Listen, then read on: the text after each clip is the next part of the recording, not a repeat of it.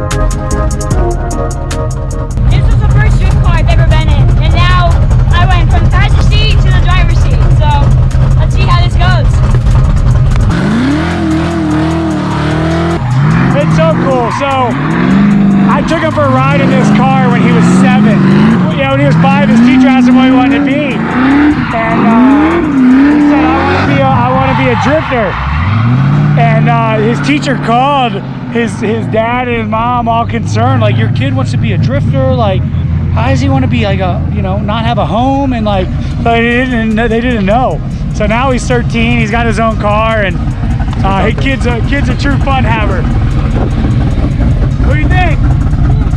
So much fun. How so you were in a passenger seat when you were 7?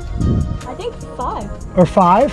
5 or 6, yeah. Well, who's counting? But you were a little kid. I was young. Yeah. So how's it feel now to be driving it? It's crazy. This car performs a lot better than I was. I don't know. It's a missile car, so you always are like, oh, missile cars are. You're like, oh, missile cars are just beat on, which I feel like this thing is probably beat on. It's beat on. But it feels like everything we own. Amazing. Yeah, like, it's very well sorted and very easy to drive, right? Yeah. Yeah, it's a lot of fun. It's got a lot more angle than you're used to as well. Yeah. So you see how much it catches you, right? Yeah, I turned. I was like, whoa. I was yeah. Like, I'm not used to that. Yeah. Yeah, you're doing it, dude.